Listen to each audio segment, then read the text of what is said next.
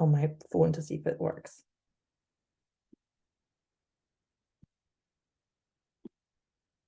Okay, I think we're live on Facebook. I'm going to do a quick check.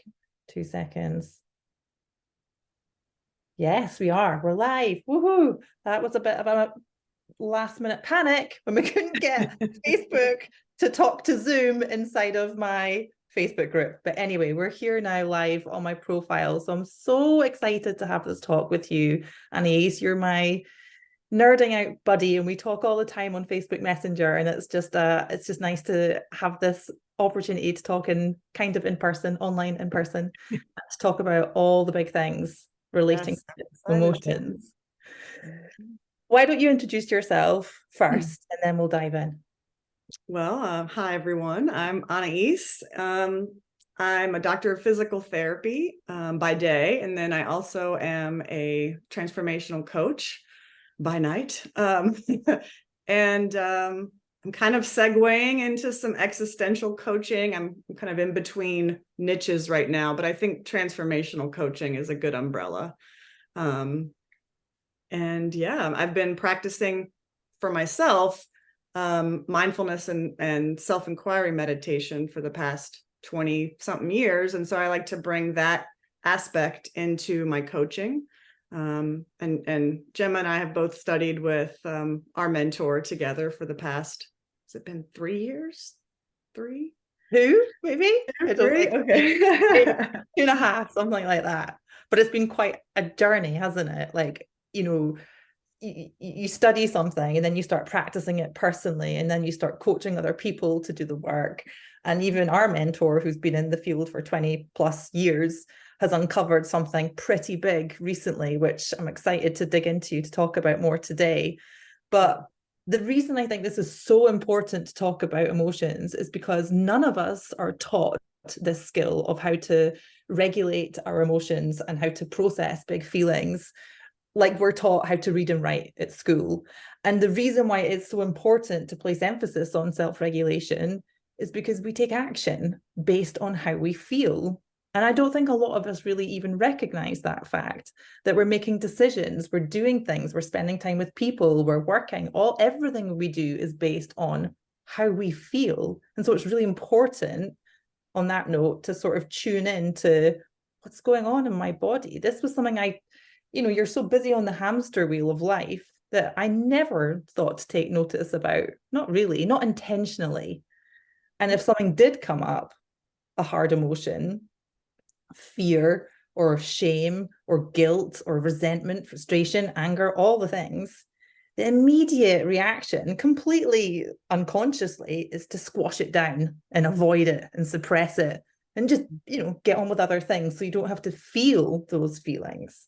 Yeah. So, yeah, I just want to talk about all the things today to really unpick why this is so important, and then to teach people how they can really sit with their feelings and hold space for themselves so that they can then show up as a better version of themselves and not stay suffering in the yuck feelings. Yeah, because it's like the way out is through, not by escaping or numbing out or pretending or resisting, because what you resist persists. We have to stop, just take like a pause, get off the hamster wheel, right? Take our little hamster with his little sweatband and, I gotta run. Just take him off, give him a bathrobe, chill out for a minute, and just be with whatever comes up. Byron Katie, I love the quote where she says, you can argue with reality, but you're going to lose only 100% of the time. It's like these emotions arise and they're here. Yeah. And denying them or trying to turn and run from them doesn't change the fact that anger is here, or fear is here, or sadness is here. So how do we then hold the space for whatever arises? Yeah. That's where the freedom is. And I think like one of the biggest things that I've really learned, which was huge for me, was that, to really take charge of that inner dialogue and the stories that your brain is going to bombard you with when you have a feeling. Because I think most of us, we're aware of the feeling way before we're aware of the thoughts that come behind it. You know, we feel these physical sensations in our body, the lump in your throat, the tears that might come out of your eyes, the drop in your stomach. And then we start paying more attention to the mind chatter and inner dialogue. And, you know, as we've been learning, like that distorted thinking pattern of emotionalizing is so sneaky, because then we start believing the thoughts to be true. Yeah.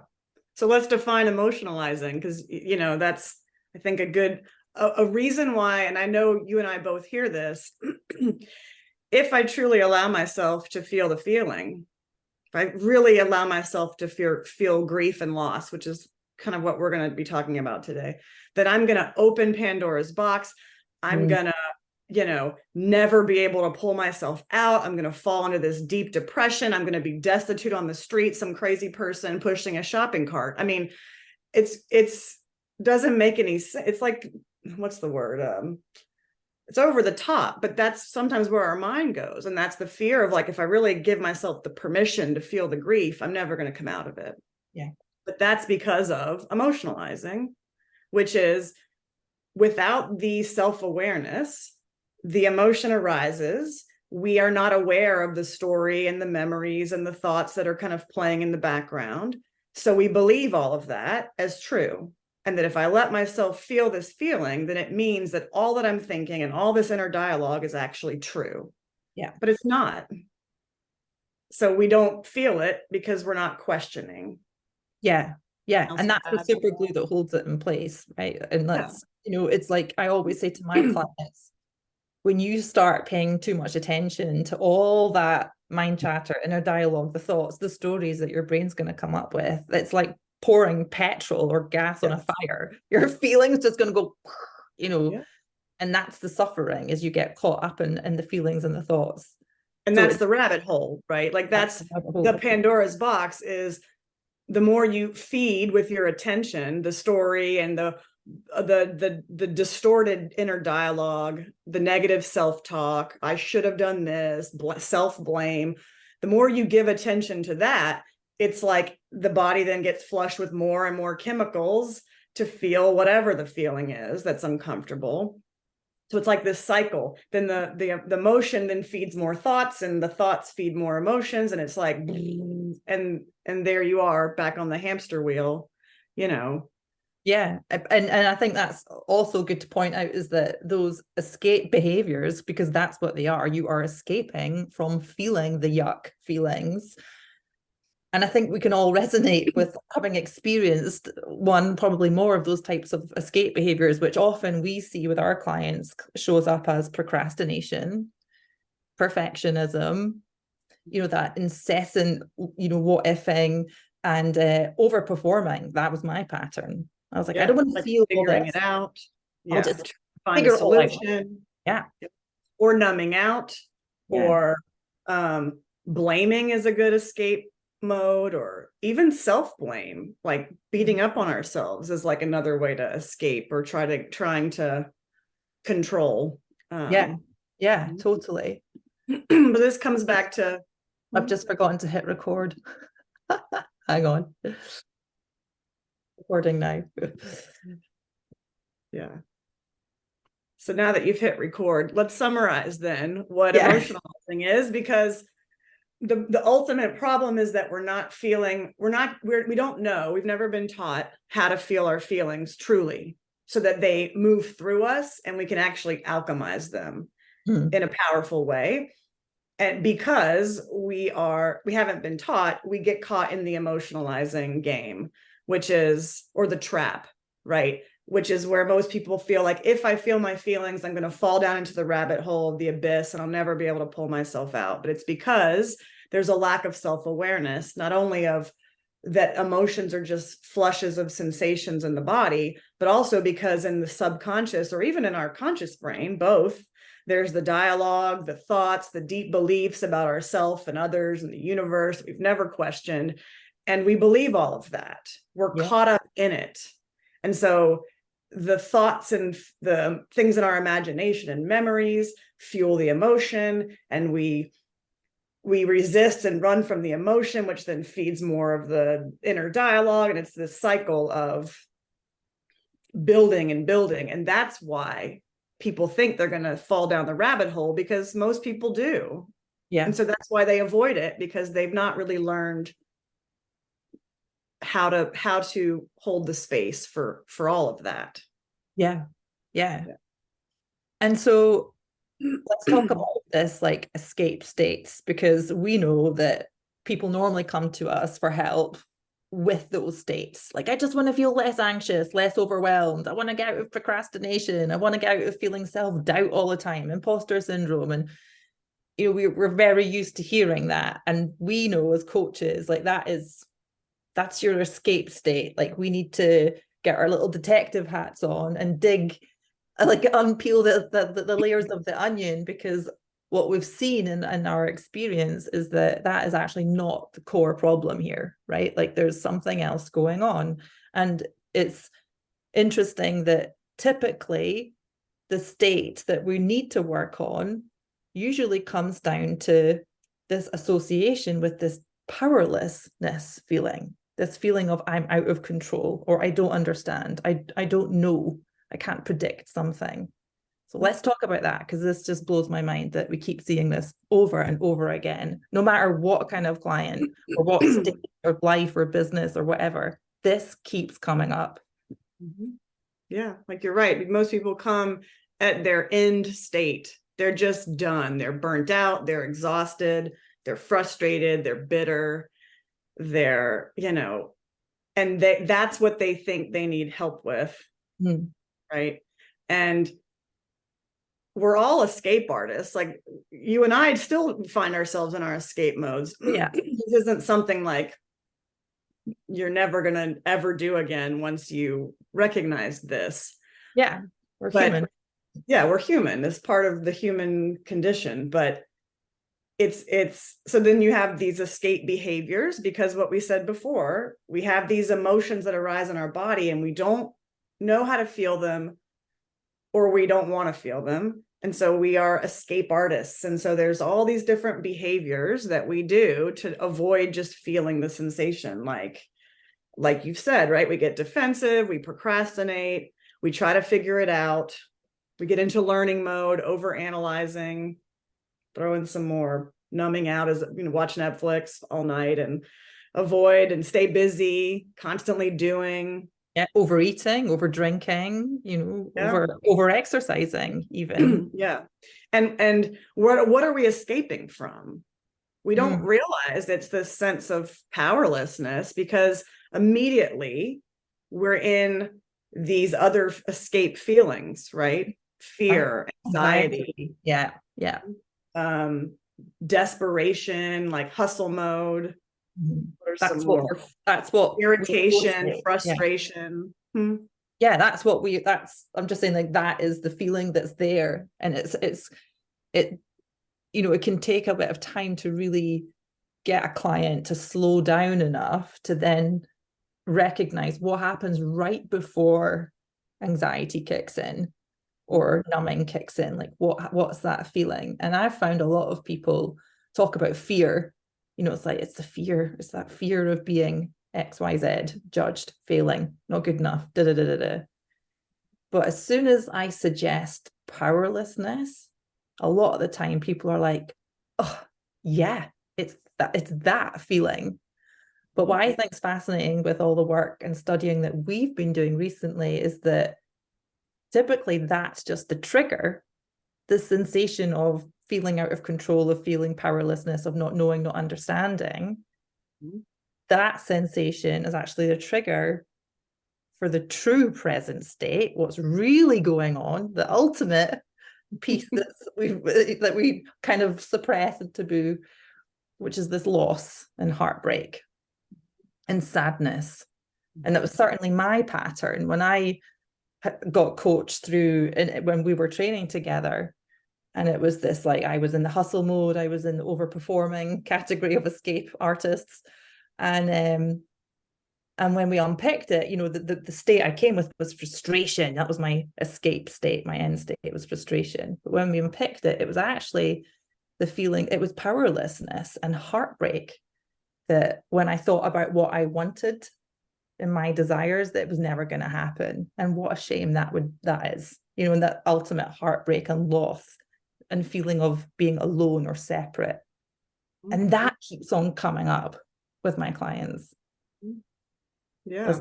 Let's talk more about that. Well, you're like what you said, there's always an external trigger generally, and it's something you always wouldn't necessarily think that you're going to go down this exploration to powerlessness, but it could be a conversation with someone at your job, or something you really want, and like you're in business, right? And something doesn't go your way, or you're afraid to ask for the sale, or whatever that external trigger is.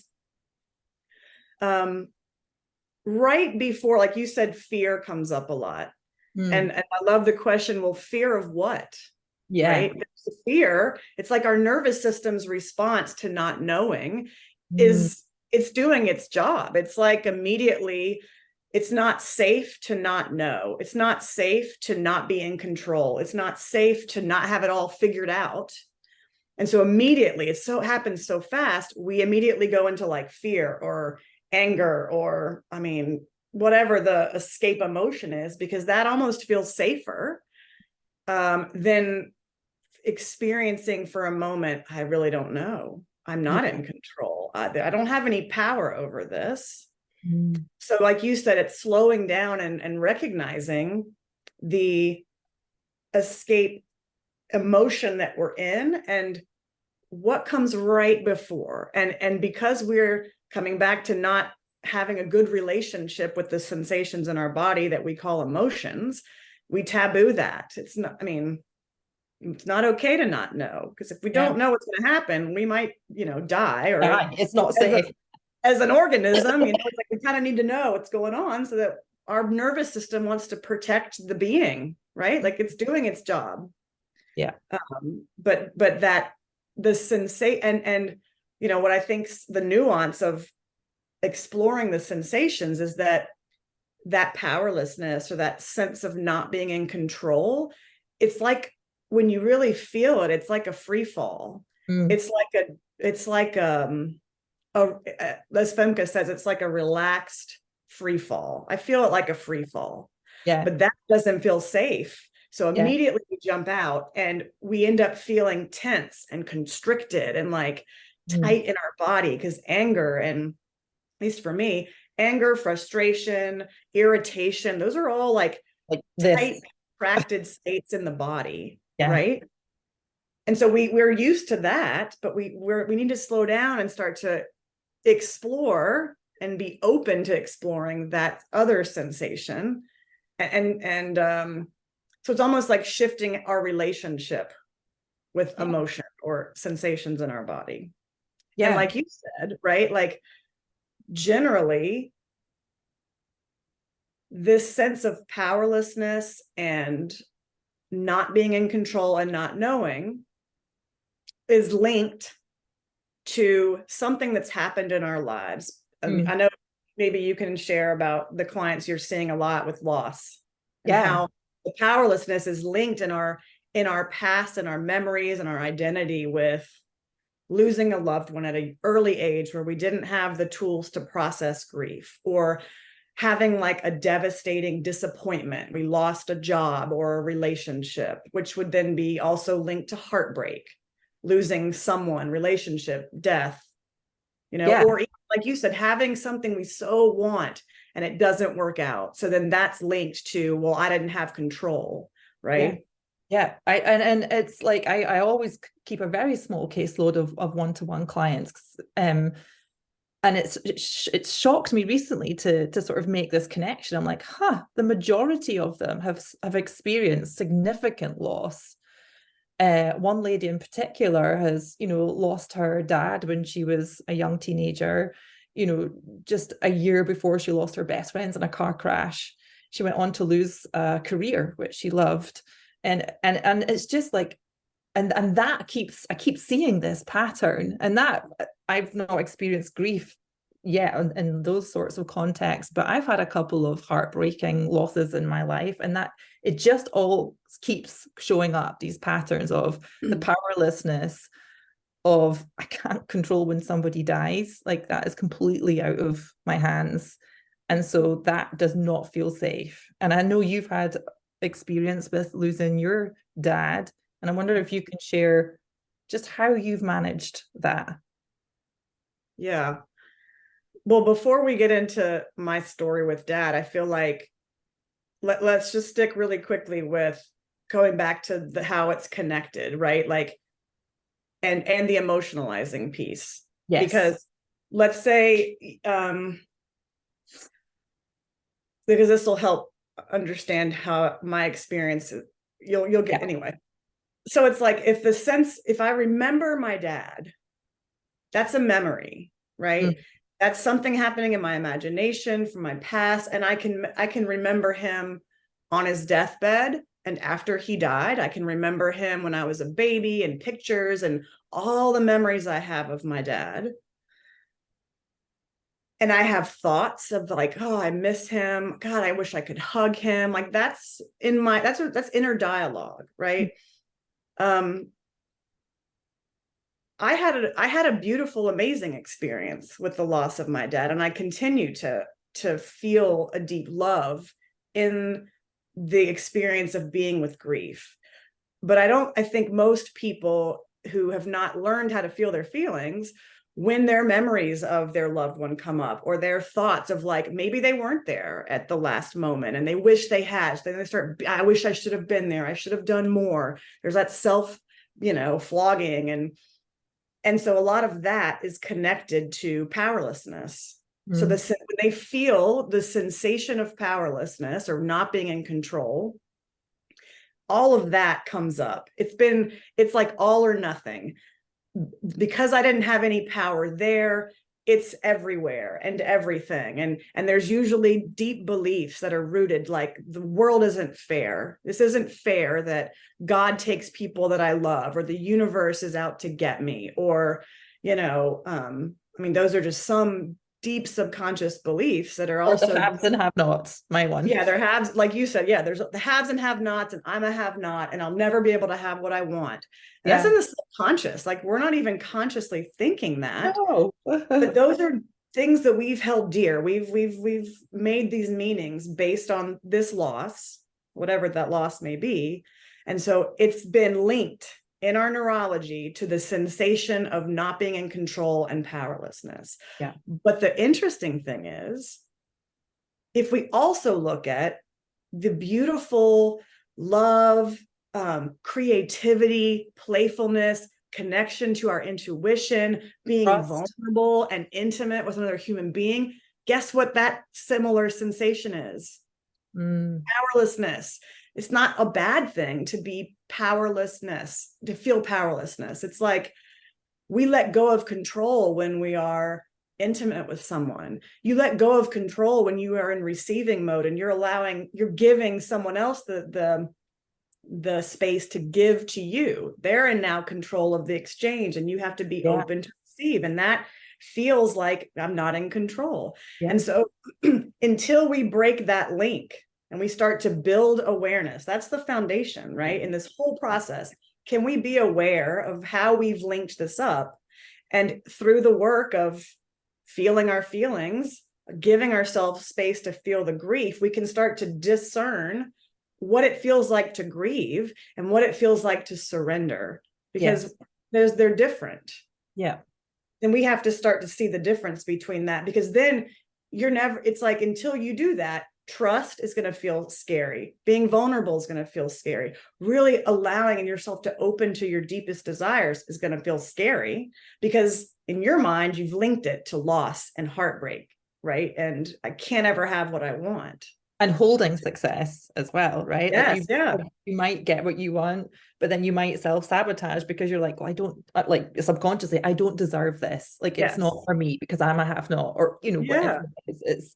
You're right. And it's really sort of having that like absolute awareness to catch yourself and to notice the differences there, because the sensations of the free fall, the weightlessness is is really similar to that powerlessness. I have some of my clients describe it as like when you're in a car and you go over a hill and you get that sensation of your stomach somewhere coming up, and I completely resonate with that.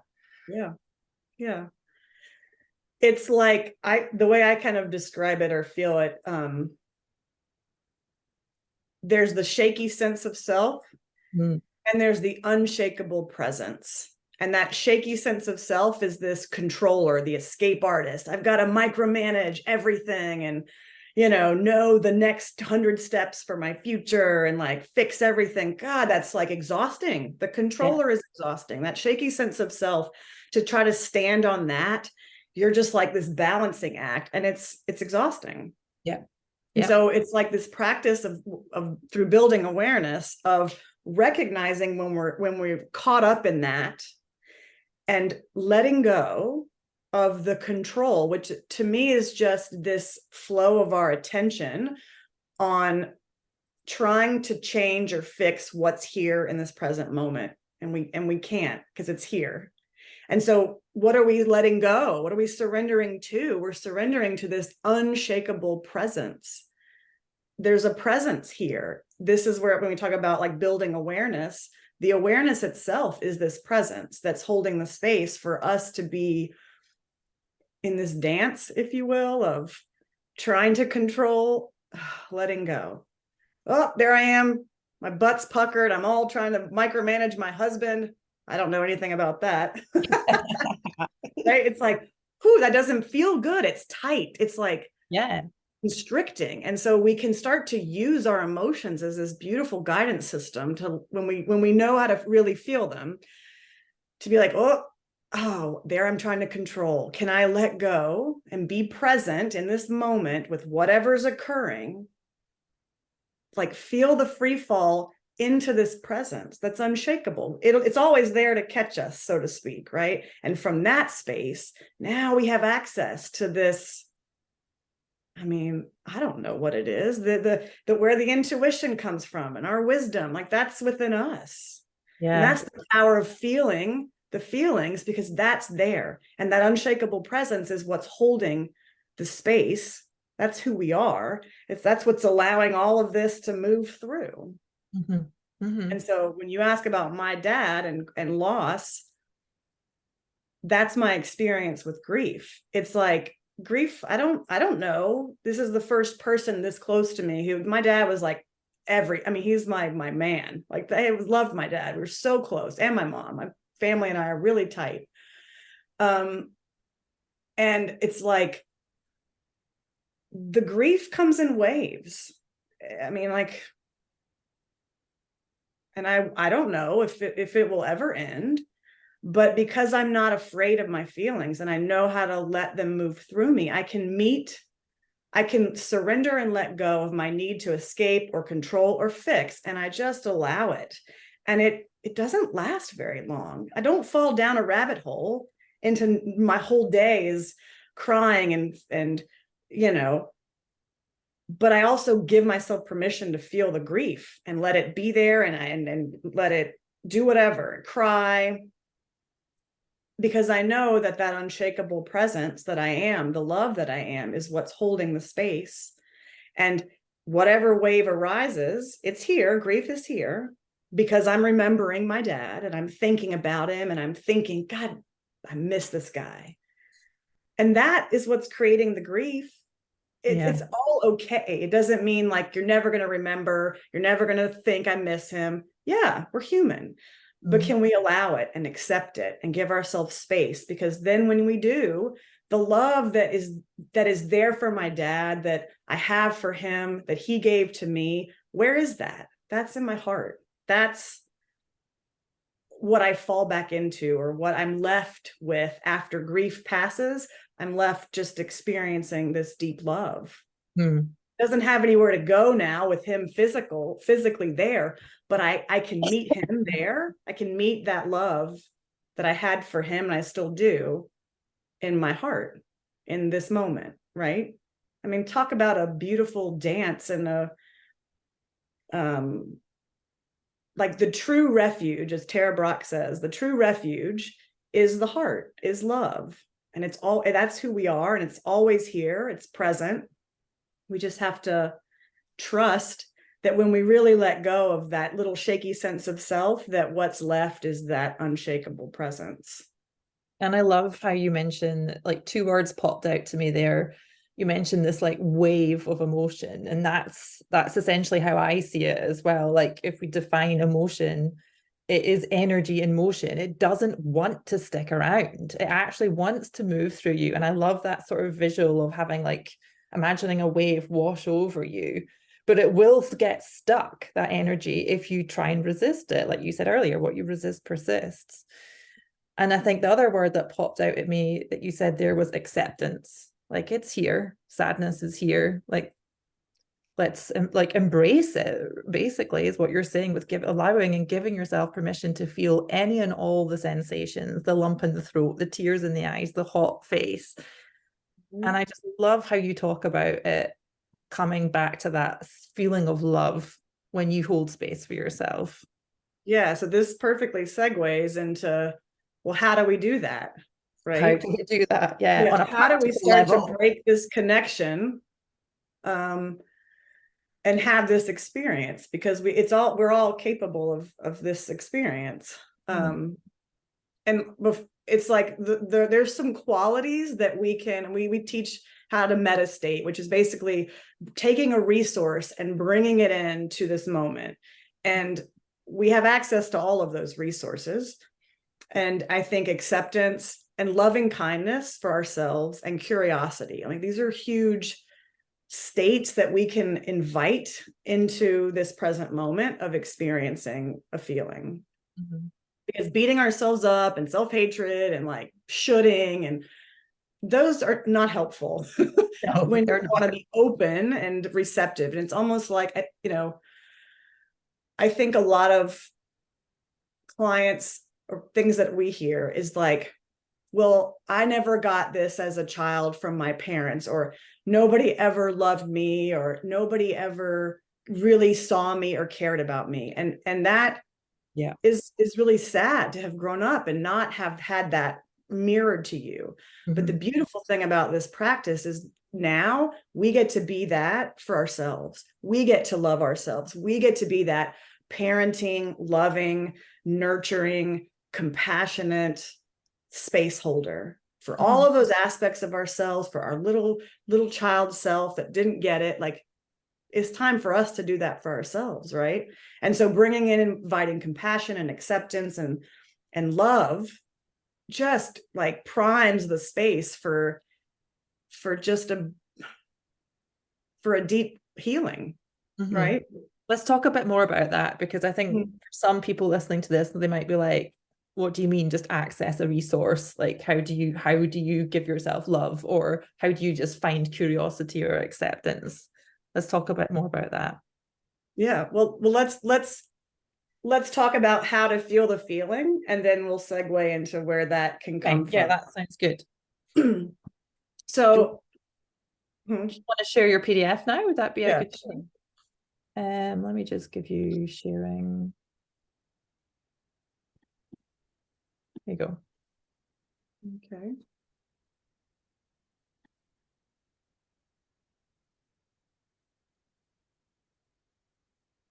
Can you see it? Yeah. Okay. So this is just a handout I've created as we're talking about the language of emotions, and like, so how do I do this? So let's say I can just share a recent experience. I was listening to the new Beatles song. It's to me, I think it's beautiful, and it reminds me of my dad, and some of the lyrics just create this sense of love and grief and loss. And in that moment, I could feel this sensations arise. Last time I was listening to this song, and I cried, and I got into it. I listened to it like 3 or 4 times, and I was like, I'm just going to get into this. Like, this feels very cleansing. But so it's like, whatever I'm calling grief arises, right? And as we said, where is this coming from? Well, it's coming from the memory of my dad, I'm another holiday is coming up and I'm not going to get to see him physically. And so that's all thought. That's all going on in my brain.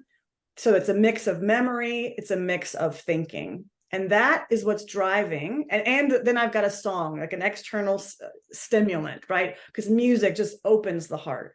So all this is like the perfect storm for grief. Because it's not a bad storm, right? It's just, but emotions, they're waves, they're like weather patterns that move through us, right? So here comes grief. And in my body, grief feels like just this, it's hard to kind of piece apart because there's also a lot of love there. And they're kind of different. But initially, grief feels kind of like a contraction in my chest, like my heart is being squeezed. So there's a lot of tightness, right? And so maybe there's some tightness through my chest. There's a lump that arises in my throat. So it feels like a bubble is coming up. And if that moves and I'm aware of it, then it moves up to my face. Maybe there's some heat in my face, and then there's some tears that start to flow. Now, if I hadn't told you anything about what was a precursor for that, those emotions or those sensations, you wouldn't know what was driving that, right? I'm just describing to you the sensations in my body that I've named grief. Yeah. So the process, like the alchemy of being with an emotion, like you said, is just energy, emotion. It requires some curiosity. It requires like a choice almost of like an awareness to say, here is something, right? Here's an uncomfortable feeling. There's an acceptance, like I'm not going to run. Something is here that wants my attention. It wants me to be present with it, right? To be in that space of allowing.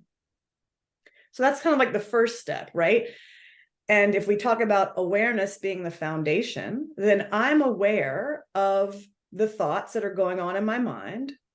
There could be, and this could be for anything. We can talk about grief. We can talk about heartbreak, loss. True acceptance is not trying to change or fix what is coming up in the present moment. So there's a letting go of the need to control, to fix, to change. I'm not trying to change anything. I'm just being and being aware with what's arising. So I'm aware of my thoughts. I'm not trying to change them or push them away. I'm just letting them be there. And I'm aware of any memories, just letting them be there. If we leave them alone, they'll leave us alone, right? Like it's almost like if it's like clouds passing in the sky. If I just notice them, but I don't, with my attention, like log on and try to like get all up in there and change and fix, they're there and they pass. And maybe another one might arise, right? The practice is in seeing that your attention's going to go there. I mean, that's part of it. But I purposefully withdraw my attention back into the body. And I get curious about what sensations are happening in my body. And so you can see here, where do I feel it? So I described, I feel it in my chest, in my throat. Is there a texture? Sometimes it's like jagged, or there's like a rough sensation, or it's sometimes even positive sensations feel like fuzzy and light, or like the weight. So light, is it heavy? Is it dense? Like sometimes that heavy pit in your stomach. Yeah. The size, like it could be small. It could feel like everything in your body, let's see. Pain, is it stinging? Is it burning? Is it sharp? Sometimes there's pain that feels sharp. Like I can feel like a metal rod just stuck through my shoulder. Don't worry about it. None of this makes any sense. So don't try to cognitively make any sense with this, but you're describing to yourself almost the sensations. And like, sometimes I'll feel like a jagged metal rod through my chest, and it's shiny and smooth, and it's gray. Like there's no right or wrong here. It's just whatever's there. It's throbbing or it's pounding. It's hot. your face, your flush of heat, or there's some coldness in your hands. Like, yeah, clammy hands. Anything in all of this. And another thing I love is identifying color. Yeah. Sometimes it's I have a lot of like metal, sharp things that, or like a ball that's spiky and black and feels very metallic. Blue is a deep blue, sometimes colors for sadness or grief, and like joy can feel yellow and gold. I mean, you're just, once again, you're being curious. And the beautiful thing that happens is that the more you practice withdrawing your attention, letting go of the need to control and fix the story and the memories, just let them be there and come back into the body, then this energy starts to morph and it starts to shift. And I don't know how. This is the power of awareness, but it's an alchemy, and it starts to move. And so what was here in my chest or in my throat, now if there's tears, then the energy might start to move down my face, and it might now morph from my throat into my heart. And the energy shifts from a black spiky ball to like a radiating, like rays coming out of my body. And it's like a warmth and an open-hearted feeling. And then that's where the grief begins to shift to love. And I just stay here. This is holding space. You're just allowing the attention to be drawn to the memory. It's okay. You just bring it back into the body. And so very quickly it can start to shift and morph and alchemize, and that energy starts to shift and leave your system.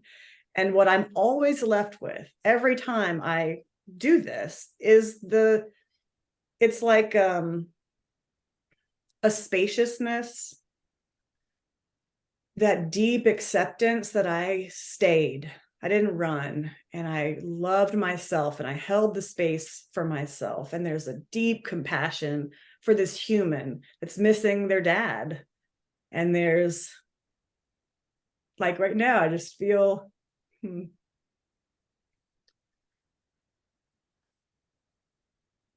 a tightness that moves into my face and just like dissipated. I could call that gratitude. That felt like love and gratitude, just like, you could name it whatever you want, right? And it's like, that's there when you're finished, when it's moved through you. It's like you're left just like, God, I am love. You don't have to try to feel compassion. You don't have to try to feel love. You don't have to try to feel gratitude. It's just like, it's what's there. That's the unshakable presence. That's like the quality that is that unshakable presence. And so it's like, anytime we are running or trying to escape the grief, this is why positive thinking doesn't work, right? Just change your thoughts. Just think positive thoughts. No.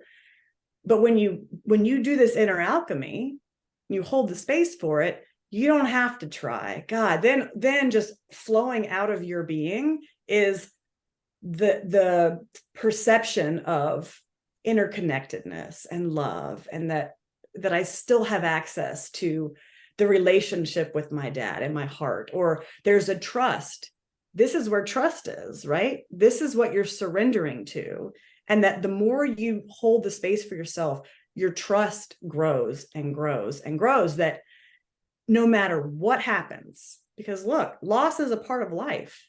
We are going to lose everyone we love. You're going to die. We're all going to die. I mean, that's just a fact. It's the one thing we know for sure. So if we can face that now by having these little mini deaths, like there's like a death or a willingness to die in the moment. What are you letting die? This need for control, the need to fix. It's like, when you can let go of that, then what comes forth is this love and presence, right? That we're looking for by escaping. We think we're going to find it by escaping and doing our escape behaviors, when actually you're never going to find it there, right? You only find it by going through and just making the discovery for yourself that love's there the whole time. Yeah. And I think that's such a good point, that I think we live in a world now where like there's quick fixes for everything. Take a pill, get skinny, like there's no quick fix for this. There's no magic pill that's going to help you feel love in the moment where you feel loss. Like we've got to start sharing or spreading the word that looking outside of yourself is not the answer. And I've caught, myself and my clients in that pattern of like, somebody out there fix it for me, that kind of thing. And and everything you've just described so beautifully there just is such a stark reminder that we have everything we need within us. Mm-hmm. And it's really that skill of slowing down and stopping doing, which we're all addicted to in a way, and just being. And I talk about this all the time, and it's in that, it's like it's everything you just said. It's in that being where you can really alchemize these big feelings, which they can feel uncomfortable. But I love how you said about the trust piece there, that the more you do this and the more practice you get at this, like anything, it's a skill, right? It takes a bit of practice, but with practice you can trust yourself. Like, you've got yourself. You can do this. You can and like, I know you hear a lot, I want confidence. Oh God, all the time. Deep confidence comes from. Everybody wants confidence. And I'm not saying like I don't ever feel when I go to work or I try something new, like I don't think I can do this, but on the deeper level of this deep self-love, this deep confidence in your ability to meet life, like, it's priceless. That this is being with your emotions is where all of that starts to blossom, and all aspects of your life. Because let's go back to the piece. Let me get off my stop share so we can come back. Is that okay? Like, if we come back full circle to where we started, how do we disconnect, like the links we've made with loss and grief?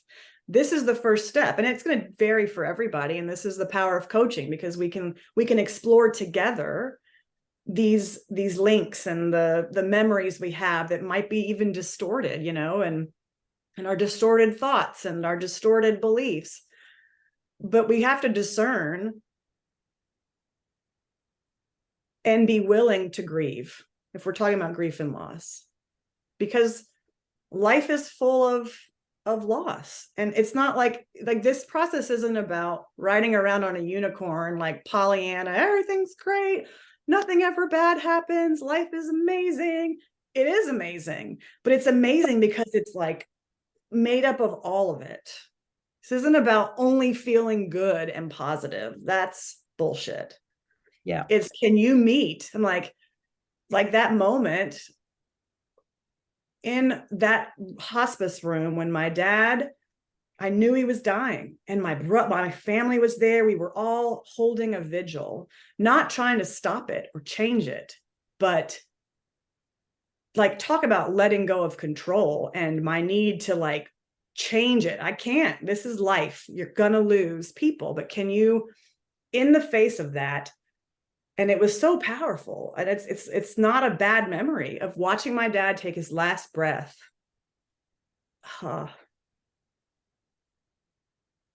There was nothing but love in that moment. It was like, I just let go. And all I felt was just this love. And I could see like a portal opening. I mean, not really, but it's like what it felt like. And my dad's being was just absorbed, and he was with me. And it was just love. Like, we were all in this just wonder of birth and death and life and all of it. And he's here just ping-ponging in the universe, is where he said, that's where I'll be. Just look up in the sky and you'll feel me. And so it's like, if I can meet the loss of my dad from that space of just total acceptance that this is it. and have the experience in that love was all that there was there. That now it's like death can become our teacher, like, because ultimately every single day, moment to moment to moment, we're allowing, like, this letting go of control is like a little micro death. And I know, I mean, death to a lot of people is very morbid, but I see death as this amazing teacher. We can like start to let go of all these ways that we grip and try to change and fix and wish things were different, when actually whatever arises in this moment is what's here. And can we meet it every day? That's like becomes a practice, right? So that when it's finally time for us to go, or you have a loved one that's gonna die, we've already done some of this work to question and to like practice with small things. Can I let go of my need to micromanage my husband? And that is my work right now. I know we got to bring some humor into this, right? Like, it's powerful to have loss and to grieve, but when we can like just allow whatever's here to come, because then it's not, then the grief and loss and fear and all of those things don't become something that we have to fear. They're just part of the richness of what we get to experience as humans. Yeah, 100%. And I love what you said there about this isn't meant to be rainbows and unicorns all the time. Like, we've both been taught, and I think we both believe that life is 50-50, and we need that contrast. We need the happiness to feel sadness and vice versa. Like that. I mean, how boring would life be if we didn't have contrast? And it's really like, for me, when I like you said earlier, right, everybody wants to feel more confident. And then once we take them through this process that we do with our clients, it's actually not what they want. That's a very limited state, desired state, limited to what's possible. What usually comes up is this sense of freedom. I want to feel free.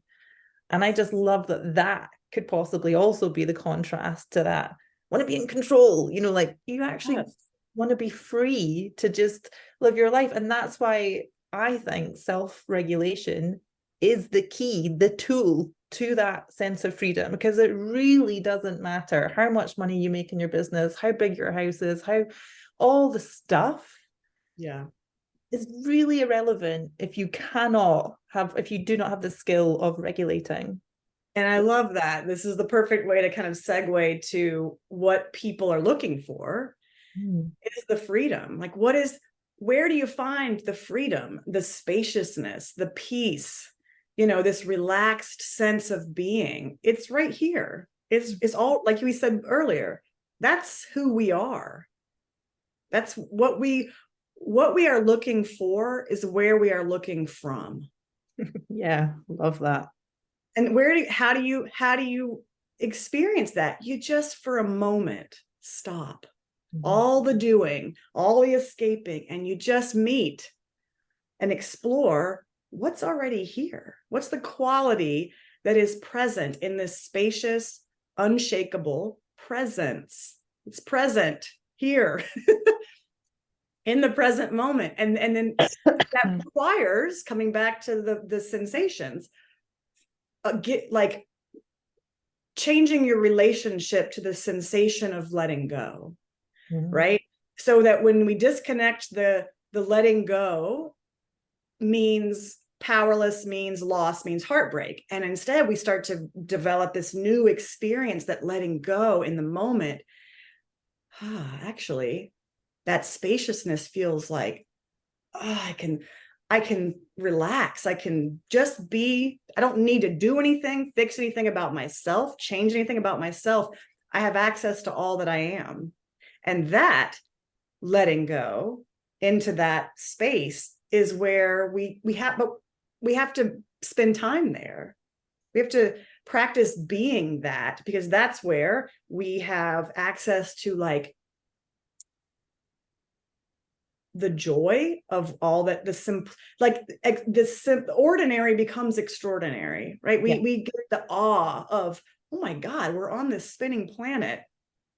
blasting through an infinite universe in this amazing body, and I have all of these incredible things that I call emotions, and I can love and be with other humans and like use my voice and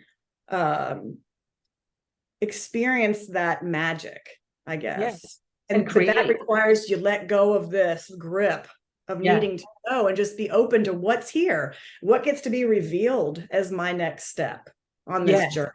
And that's when you get those divine downloads and light bulb moments and those like, where did that great idea come from? You know, in that space, in that moment. It's because you stopped trying to figure it out and be very cognitive, and you kind of got quiet. It's all in the silence where we hear, right? So everybody put their to-do lists to one side. And look, I have to-do lists about my to-do list. I love lists, but that's also, you know, there's nothing wrong with lists, right? But it's the quality of who we're being as we're moving through our day. And this beautiful practice allows us to have almost one foot in that being present and observing and witnessing all that's happening. And then there's another as we're engaging and taking action. But we can always be checking in. Who am I being? Am I being the controller death grip on it needs to be a certain way, which is where our suffering comes from? Or in this moment, can I just relax and be here with what is and allow my next move to kind of come from this place of presence and love? It's like moving between love and fear. And we do it all throughout the day, the practice and the trust and at least for me, the gratitude is practicing this in life, you know, like, because people feel when you're being present with them, when there's no judgment, there's no expectation, you're just being like hanging together. You feel that, right? There's a quality there. Can you do that with your patients or clients or husband or kids or dog, a tree? Can we just be together, right? Ultimately, I think that's what everybody really wants to experience, that deep interconnectedness. Like coming back to, we're not alone. We're not separate.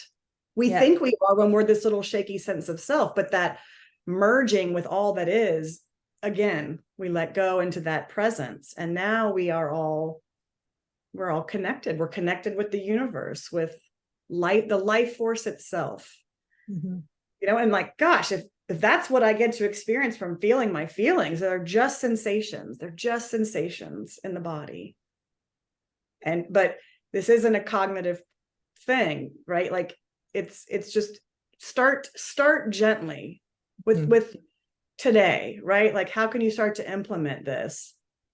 Be aware, just start paying attention to how what your body feels like in this moment, right? Like you can practice just stopping, sitting, and use your senses. Like your body is your anchor into this present moment. So you can tune in, bring your attention or this awareness, pay attention to what you hear and what you see and what you taste and smell and feel. And where are you? Now you're here.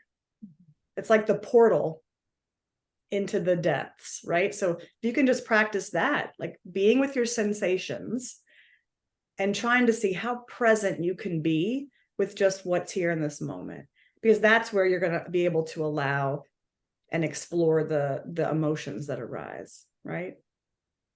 I love it. So good.